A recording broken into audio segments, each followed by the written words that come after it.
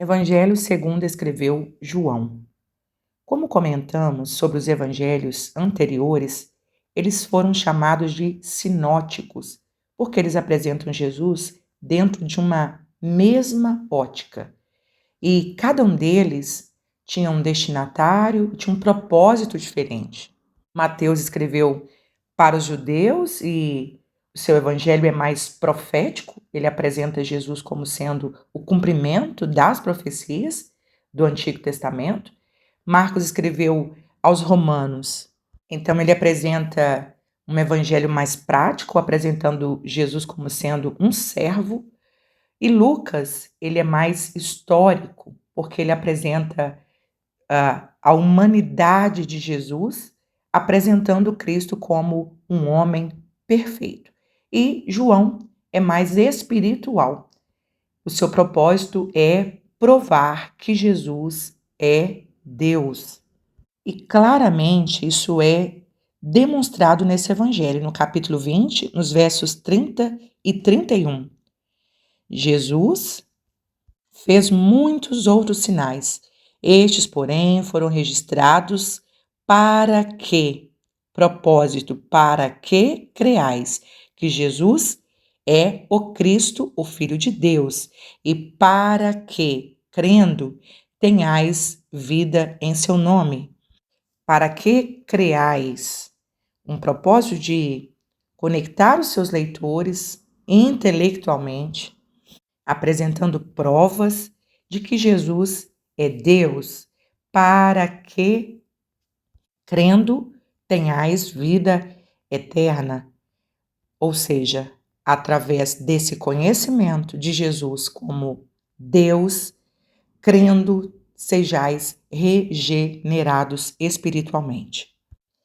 O Evangelho de João é o mais amado de toda a Bíblia, o mais lido em toda a história da humanidade.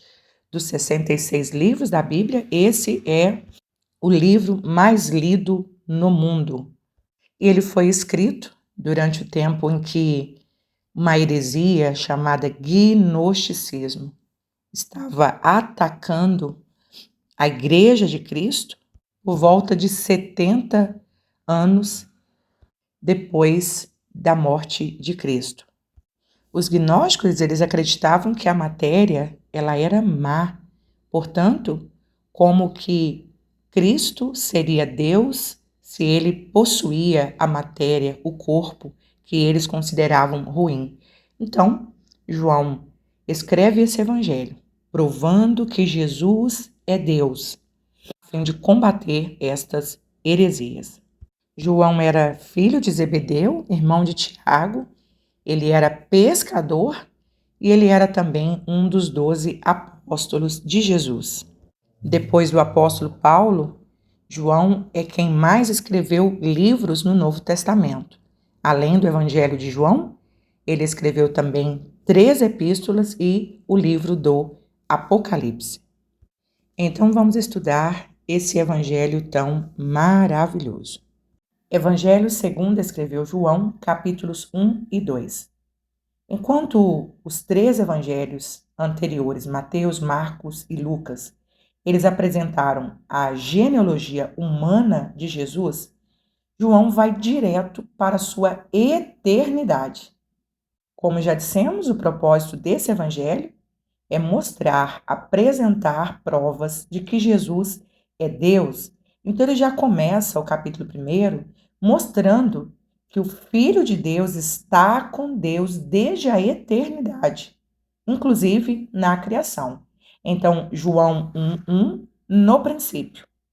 Aqui faz referência a Gênesis 1:1. No princípio, criou Deus os céus e a terra.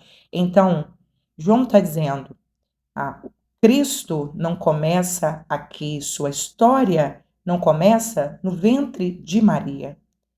Jesus, homem, começa no ventre de Maria, mas ele já existia desde a eternidade, inclusive na criação. Verso 3: todas as coisas foram feitas por ele, e sem ele, nada do que foi feito se fez. No versículo 1, João descreve Jesus como sendo o Verbo de Deus. O que ele quis dizer como Jesus sendo o Verbo? O termo grego aqui é logos, traduzido no português como verbo. Era bastante empregado por teólogos e filósofos, tanto judeus como gregos, mas com significados diferentes. Porém, na escritura hebraica, o verbo significa o agente da criação, conforme Salmos 33, verso de número 6. Na filosofia grega, o logos significa o princípio da razão que governa o mundo. E na cultura hebraica é uma forma de referir-se a Deus, o Deus Criador. João destaca Jesus como sendo esse agente da criação, a palavra de Deus que através da qual tudo veio a existir e esta palavra se fez carne. E ele mostra também a preexistência de Cristo. O Verbo estava com Deus. Então, Jesus, ele é Deus e, portanto, não foi criado. Algumas pessoas erroneamente entendem que Maria é mãe de Deus, Maria é mãe de Jesus, o Deus homem, porque Jesus é Deus e Deus não pode ser criado, ele é eterno. Verso de número 14, o verbo, a palavra, se fez carne e habitou entre nós. E vimos a sua glória, como a glória do unigênito do Pai, cheio de graça e de verdade. Então, João aqui testifica a divindade de Jesus.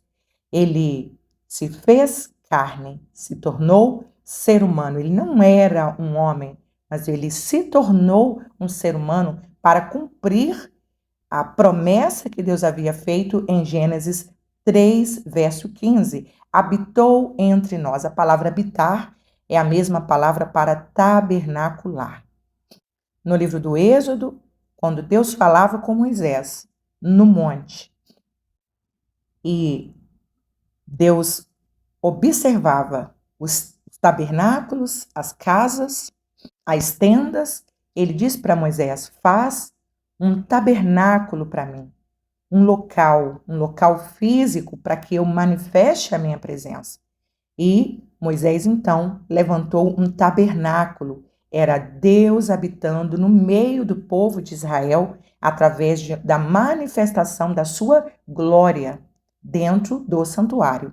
Agora, Jesus também, ele se fez carne e tabernaculou. Deus passou a viver entre os homens. Por isso, ele é chamado de Emanuel, Deus conosco. João testifica dele dizendo, verso 15, este era aquele de quem eu dizia, o que vem depois de mim é antes de mim, porque foi primeiro do que eu. João está dando testemunho de que Jesus é Deus, ele é pré-existente, ele é eterno. E, verso de número 18, Deus nunca foi visto por ninguém. Agora, através do Filho unigênito, Deus se faz conhecido. Então, o ser humano agora conhece um Deus visível. Hebreus capítulo 1, verso 3, capítulo 1, verso 15, diz que Jesus, ele expressa a imagem exata de Deus. O Deus invisível tornou-se visível. Quando nós começamos a estudar o Gênesis, nós explicamos que Deus se revela à humanidade através da palavra de Deus e através de Jesus. Como é que um ser humano mortal, físico, ele pode conhecer um Deus espiritual, um Deus invisível? Através da palavra e através de Jesus. Jesus é a maior revelação de Deus. Ninguém consegue conhecer a Deus melhor de outra forma, a não ser através de Jesus. Capítulo de número 2, João registra o primeiro milagre de Jesus. Somente esse evangelho registra esse primeiro milagre. É a transformação da água em vinho. Depois que Jesus foi batizado, após alguns dias, Ele foi convidado para um casamento em Caná da Galileia e ele estava nesse casamento com sua mãe e seus discípulos. E em algum momento, o vinho, que era o principal elemento da festa, ele acabou. E isso, dentro de uma cultura, era muito vergonhoso.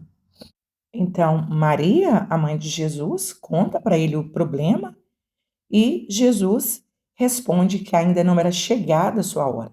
Maria, então, ela confia tanto no poder do seu filho que ela diz para aqueles empregados: façam tudo o que ele vos disser. Esta foi uma ordem maravilhosa de Maria, aqueles empregados, e nós também cumprimos essa ordem de Maria. Fazer tudo o que Jesus nos mandou, obedecê-lo incondicionalmente. Esta é a ordem de Maria, aqueles empregados que cumpriram essa ordem e tiveram êxito, assim como também todo aquele que cumpre as ordens de Jesus, que vive os seus princípios, também tem êxito em todas as áreas da sua vida. E Jesus, então, ele faz o seu primeiro milagre, faz algo impossível, algo que vai além da realidade humana. Jesus transforma água em vinho e, dentre várias aplicações, aqui nesse texto é maravilhoso pensar que Jesus escolheu fazer o seu primeiro milagre em uma festa de família, em um casamento. A Bíblia, ela começa com a realização de um primeiro casamento entre Adão e Eva. Jesus também começa o seu ministério numa festa de casamento. Simbolicamente, também a Bíblia vai terminar com uma festa de casamento, quando Jesus vai se casar com a sua igreja. Então, família é sempre prioridade de Deus. Evangelho segundo escreveu João, capítulos 3 e 4. Capítulo número 3 é o ponto central das Escrituras. Tudo que nós estudamos no Antigo Testamento se cumpre aqui no capítulo de número 3 do Evangelho segundo escreveu João. O homem havia se separado de Deus por causa do pecado, conforme capítulo 3 do Gênesis. E Deus então promete que uniria esse homem de volta a Deus. Como o Senhor faria isso? Através de Jesus. Então, a resposta de Jesus a Nicodemos, um membro do conselho judaico, um fariseu, é a resposta para a humanidade. Como que um ser humano pode herdar o reino de Deus? Como que um ser humano pecador pode ter vida eterna? A resposta de Jesus a Nicodemos é aquela que toda a humanidade precisa saber. Não é possível herdar o céu, não é possível ser salvo sem um novo nascimento. E Nicodemos, ele interpreta a palavra de Jesus no sentido literal. E ele pergunta como? Um homem já velho, ele nasce de novo, ele vai voltar ao ventre da sua mãe? E Jesus responde que a resposta de Jesus não era no sentido literal, mas era no sentido figurado. O novo nascimento implica morrer para o mundo e nascer de novo em Cristo Jesus. E esse novo nascimento, ele é gerado pelo Espírito Santo. Morre um homem carnal e nasce um homem espiritual. Então, esta é a resposta da salvação prometida em Gênesis 3 e 15. O homem só pode ser salvo através de Jesus e a salvação, ela só acontece por meio do Espírito Santo. É ele que convence o homem do pecado, da justiça e do juízo. Quando esse homem passa pelo processo do novo nascimento, da regeneração, esse ato só acontece através do Espírito Santo, que completa a salvação na vida desse ser humano. E temos o texto de ouro das Escrituras, João 3,16. Porque Deus amou o mundo. Mostra então a origem desse amor em Deus Pai. Mostra também a extensão desse amor a quem? A toda humanidade. Ela também que esse amor é indescritível, porque Deus amou o mundo de tal maneira, não dá para descrever esse amor, e enviou, que deu o seu único filho. O amor é revelado pela graça de Deus, é um presente de Deus para a humanidade e mostra também a oportunidade que está ao alcance de todos, para que todo aquele que nele crê não pereça, mas tenha a vida eterna. Glória a Jesus. E no capítulo de número 4, nós temos a prova de que a salvação está ao alcance de todos. Jesus, então, estrategicamente, ele se encontra com uma mulher samaritana. Uma mulher que simbolicamente representa a humanidade cansada por causa dos seus pecados, faminta e sedenta. Jesus, então, provoca uma conversa pedindo água a esta mulher. E assim como qualquer outro ser humano, ela apresenta desculpas, justificativas, mas quando Jesus se revela como fonte da água viva, aquela mulher tão sedenta reconhece Jesus como Messias e não quer essa água só para ela. Ela vai à cidade e ela anuncia para as pessoas. E ela se torna então uma testemunha de Cristo. Verso 39. Muitos samaritanos daquela cidade creram em Jesus por causa do testemunho da mulher que anunciara: Ele me disse tudo quanto tenho feito. Quando nós experimentamos da água da vida, nós passamos a jorrar do nosso interior essa água viva e o nosso papel, a nossa missão é levar essa água aos sedentos. Nós apresentamos a Jesus e esta pessoa, ao experimentar a salvação, ela também se torna um multiplicador das boas novas. Verso 42. E diziam à mulher: já agora não é pelo que disseste que nós cremos, ou seja, agora nós também temos uma experiência com ele, mas porque nós mesmos temos ouvido e sabemos que este é verdadeiramente o Salvador do mundo. Evangelho segundo escreveu João, capítulos 5 e 6. Capítulo 5 tem vários eventos, ensinamentos muito importantes. O capítulo começa com Jesus curando um homem paralítico há 38 anos. Este é o terceiro milagre efetuado por Jesus. Verso de número 8, então, lhe disse Jesus: levanta-te, toma o teu leito e anda. E a cura foi imediata. Verso de número 9, Jesus então curou aquele homem com o poder da sua palavra. E Jesus, verso de número 14, diz para ele: olha, você já está curado, não peques mais, para que não te suceda alguma coisa pior. Não é regra que toda enfermidade seja consequência de pecado, mas aqui, de uma forma indireta, percebe-se que o pecado desse homem havia provocado nele enfermidades. E ainda hoje, a promiscuidade, a perversão sexual também tem resultado em muitas enfermidades, como, por exemplo, cirrose, o HIV, e outras doenças que são originadas por causa do vício das drogas e do álcool, por exemplo. Quando Jesus disse, vai e não peques mais, não é que Jesus estava dizendo que ele nunca mais pecaria.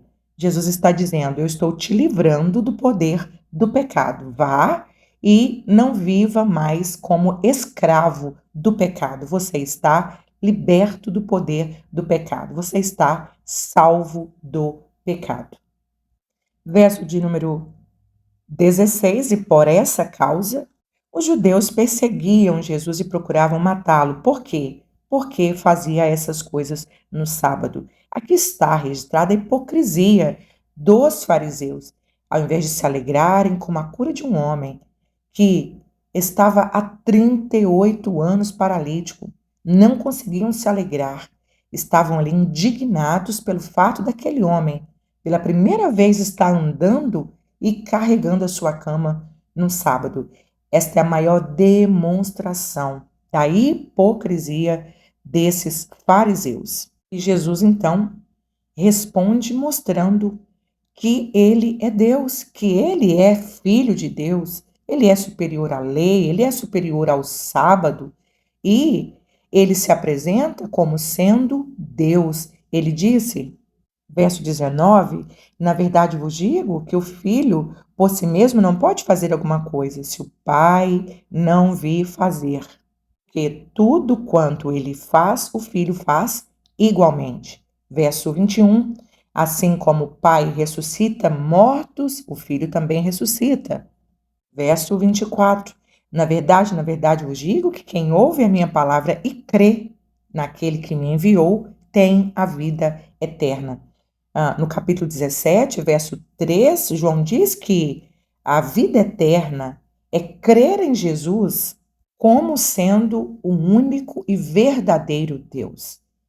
Muitas pessoas hoje creem em Jesus como um profeta que passou por essa terra, como um grande filósofo, como um grande revolucionário. Não basta apenas crer que Jesus existiu e que andou por essa terra. A salvação implica em conhecer, reconhecer e declarar que Jesus, ele é Deus. Não apenas crer na sua existência, mas crer que Jesus é verdadeiramente Deus.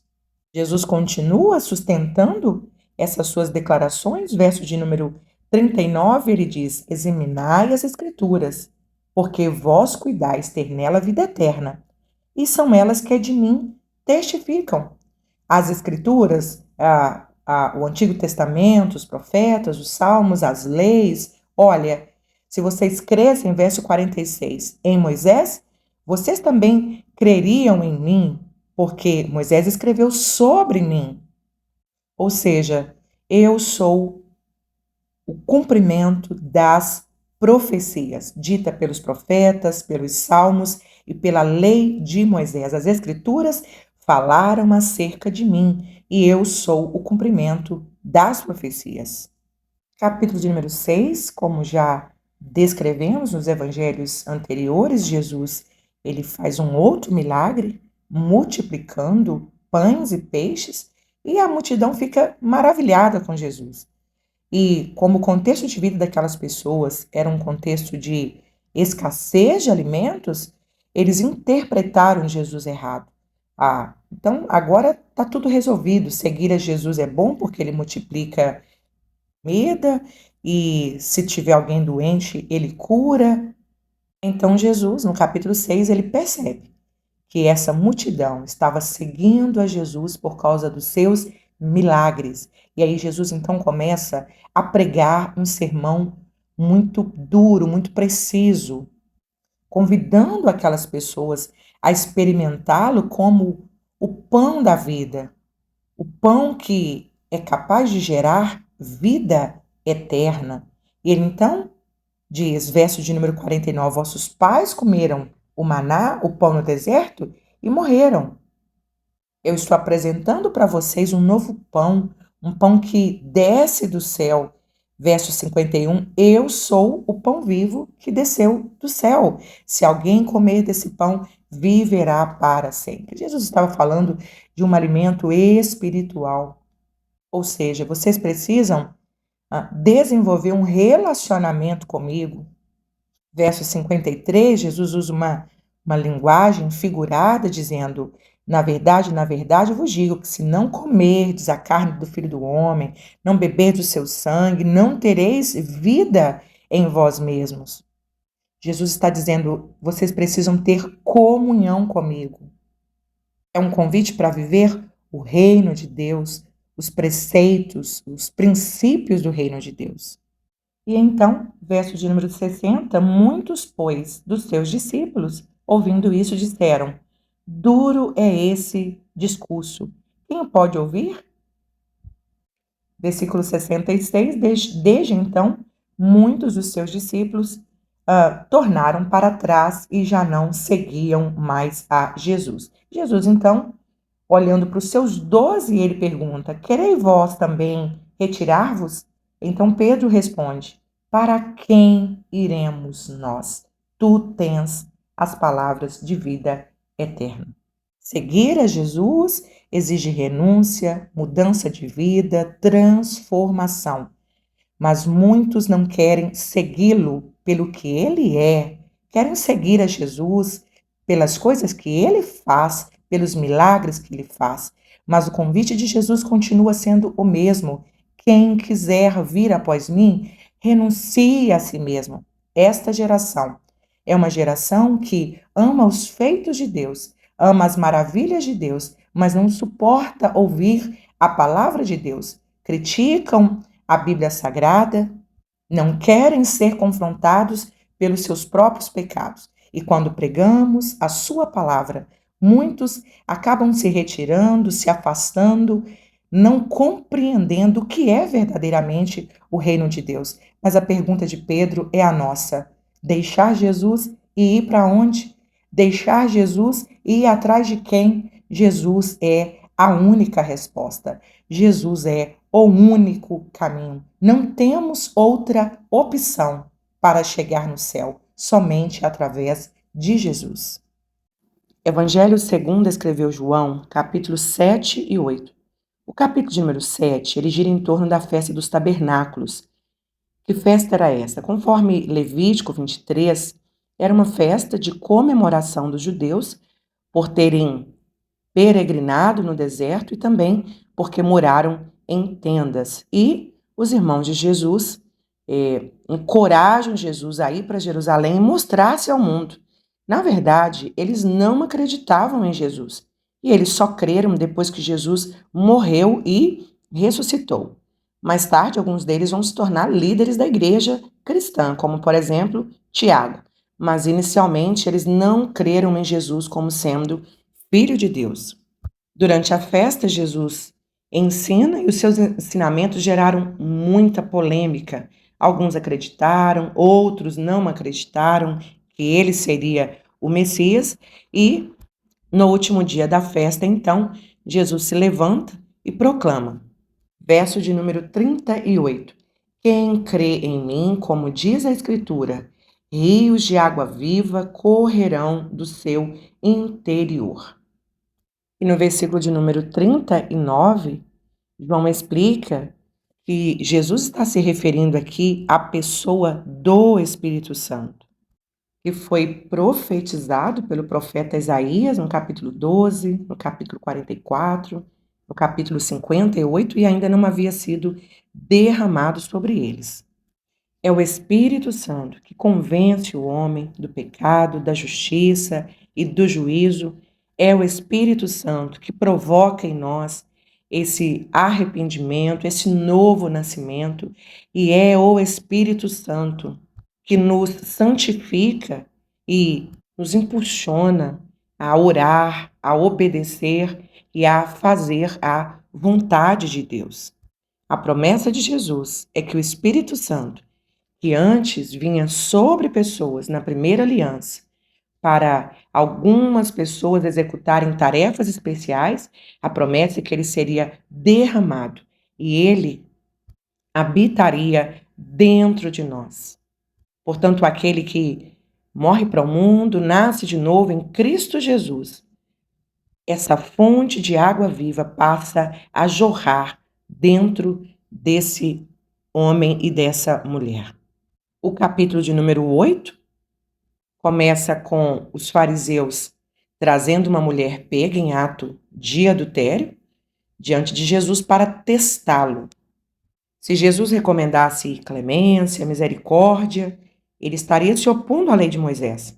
Agora, se Jesus recomendasse que ela fosse apedrejada, ele estaria entrando em choque com a jurisdição romana, que a pena de morte era reservada somente para Roma. Então, na verdade, eles queriam testar Jesus, era uma cilada para Jesus. Na verdade, esses líderes judeus, eles já haviam negligenciado a lei, porque eles trouxeram apenas a mulher, mas a lei, conforme Levítico capítulo 20, verso 10, Deuteronômio 22, a lei exigia que se trouxesse as duas pessoas envolvidas.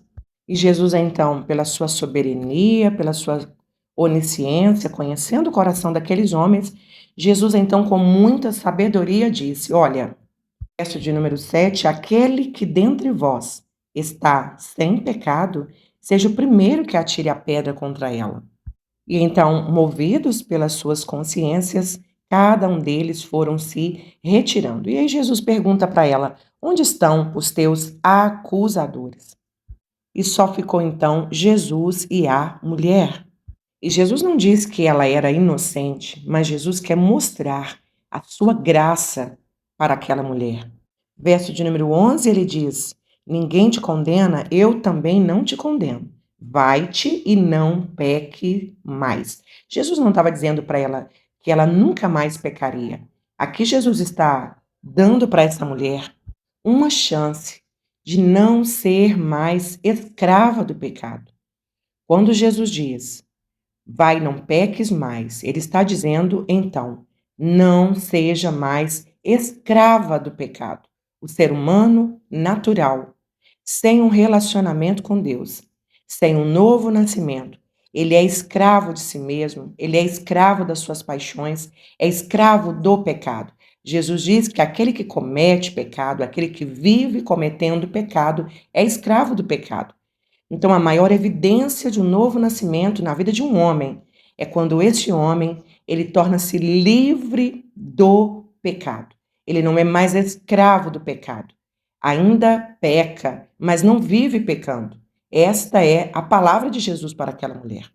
Na primeira epístola de João, no capítulo 3, no verso 8 e 9, ele diz que todo aquele que é nascido de Deus não vive na prática do pecado. Dos versos 12 ao 30, Jesus se declara como sendo a luz do mundo. E dos versos 31 ao 59, num diálogo com os judeus que acreditavam em Jesus, ele explica quais são as condições do verdadeiro discípulo. E, com base na história da mulher que nós comentamos agora, Jesus explica o que é verdadeiramente ser livre, verso de número 32. E conhecereis a verdade, e a verdade vos libertará. Jesus é a verdade. Hoje, o cristianismo é tão odiado por causa dessa declaração de Jesus. O mundo vive tantas mentiras. As pessoas estão sendo manipuladas com tantas mentiras. E Jesus, ele é a verdade. A palavra de Deus é a verdade escrita. E por causa disso, o cristianismo tem sido tão odiado. Jesus disse, capítulo 17, no Evangelho de João, que a palavra de Deus é a verdade e que nós somos odiados porque nós não somos deste mundo. Verso de número 36. Se, pois, o Filho vos libertar, o Filho, a verdade, Jesus, a verdade, verdadeiramente sereis livres. Não existe liberdade sem Jesus. Algumas pessoas entendem que o cristão é escravo da religião, que o cristão não pode fazer isso ou fazer aquilo porque ele é escravizado pela religião. Por não conhecer a verdade, por não conhecerem a luz, interpretam errado a vida de um cristão. Mas nós verdadeiramente somos livres, não somos usuários de bebidas alcoólicas, não somos escravos das drogas, não somos escravos dos prazeres sexuais. Por quê? Porque Jesus nos libertou. O velho homem morreu e nasce um novo homem, regenerado pelo Espírito Santo. E mais do que nunca, precisamos anunciar. João 8,32, João 8,36. O mundo precisa conhecer Jesus, a única verdade. Evangelho segundo escreveu João, capítulos 9 e 10. Capítulo de número 9 é o registro da cura de um cego de nascença. E porque esse homem nasceu cego, os discípulos queriam saber se era culpa dele ou culpa dos pais. Verso de número 3, Jesus responde que nenhuma coisa e nem outra, mas aquela enfermidade era para que o nome do Senhor Jesus fosse glorificado. Há pelo menos 4 reações diferentes aqui sobre a cura desse cego. Verso de número 8: os vizinhos, que antes conheciam aquele homem cego mendigando, ficaram perplexos, surpresos. O evangelho causa uma mudança em nós, tão grande que é impossível que esta transformação não seja notada pelos vizinhos, pelos parentes, pelos amigos, por aquelas pessoas que conheceram o nosso passado. E a mudança que o evangelho traz, ela é tão perceptível que causa espanto para algumas pessoas. Segundo, para os fariseus, verso 18 foi de incredulidade. Não creram que ele tivesse sido cego e que agora estava vendo. Então eles chamam os pais para interrogá-lo. E qual foi a reação dos pais? Quando lhe perguntaram acerca do seu filho, responde aí, ele era cego mesmo? Agora ele está vendo mesmo? Como é que isso aconteceu? Qual foi a reação dos pais? A reação foi omissão, neutralidade. Eles não se posicionaram. Verso de número 20 a seguir. Sabemos que esse é nosso filho e que nasceu cego, mas sobre o fato, nós não sabemos de nada. Seus pais disseram isso, verso 22, porque temiam os judeus, porquanto já os judeus tinham resolvido que se alguém confessasse que Jesus era o Cristo, deveria ser expulso da sinagoga. 25, por isso é que seus pais disseram, tem idade? Pergunta para ele. A, a reação dos pais aqui foi omissão, eles foram evasivos, por medo não se posicionaram. Deveriam ter dito, sim, olha, meu filho era cego mesmo, e está curado mesmo, e quem curou meu filho foi Jesus. Mas por medo não se posicionaram. E este continua sendo o mesmo sentimento de muitas pessoas diante das ameaças, diante de perseguições, também não se posicionam. O que significa isso? Falta de um relacionamento com Deus, falta de convicção de fé. Mas qual foi a reação do homem que foi curado? A reação dele foi de muita firmeza na sua fé. Verso de número 25, ele diz: olha, se este homem é pecador, eu não sei. Uma coisa eu sei, eu era cego, agora eu estou vendo. Ele está dizendo: eu tive uma experiência pessoal. Vocês podem dizer o que quiser, mas eu só sei que eu não enxergava e agora eu enxergo. Glória a Deus. Esta deve ser a nossa resposta para aqueles que nos questionam acerca da nossa fé. Olha, eu estava perdido. Olha, eu vivia sem direção, mas eu encontrei Jesus e a minha vida foi transformada. A convicção desse homem é tão grande que ele passa a testemunhar de Jesus. Verso de número 31. Ora, nós sabemos que Deus não ouve a pecadores, mas se alguém é temente a Deus e faz a sua vontade, a esse ouve. Continua dizendo: desde o princípio do mundo, nunca se ouviu alguém que abrisse os olhos a um cego de nascença. 33. Se este não fosse Deus, nada poderia fazer. O que ele está dizendo? Olha, Jesus realmente é Deus. E o capítulo de número 10, Jesus se declara como o bom pastor. A expressão do verso primeiro, na verdade, a palavra verdade aqui é a mesma palavra grega para amém. Quando essa expressão está no início de um discurso, significa digno de confiança, verdadeiramente, certamente. Então Jesus estava dizendo: olha, não tenham dúvida sobre o que eu vou dizer para vocês. E quando a expressão amém está no final de um discurso, ela quer dizer: assim eu creio, assim seja, nisto eu confio. Então Jesus começa dizendo: na verdade, verdadeiramente eu vos digo.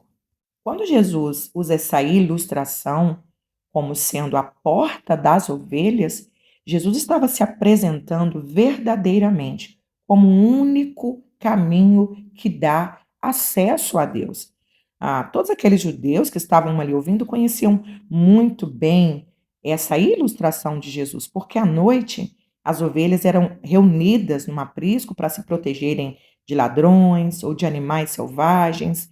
E no aprisco, o pastor ele desempenhava essa função de porta, fazendo que através dele as ovelhas entrassem por aquele aprisco e ali dentro elas fossem protegidas. Jesus está dizendo: eu sou essa porta das ovelhas, essa porta que dá acesso à segurança, à proteção. E aqui é o antítipo do que nós estudamos no tabernáculo, quando nós estudamos sobre a porta de acesso ao tabernáculo, ao lugar santo. Então, aqui se compreende Jesus quando ele se identifica como sendo a porta. E o convite de Jesus é para que a humanidade acesse o único caminho, a porta. E ele faz um contraste aqui desse pastor, desse bom pastor, com ladrões, com salteadores. Verso de número 10, o ladrão, esses falsos mestres, e ele não vem senão para roubar, para matar, para destruir. Ele não tem o mesmo interesse, ele é motivado pela ganância, pela avareza, mas eu não, Jesus está dizendo. Eu vim para proteger essas ovelhas, para que elas tenham vida e tenham vida com abundância.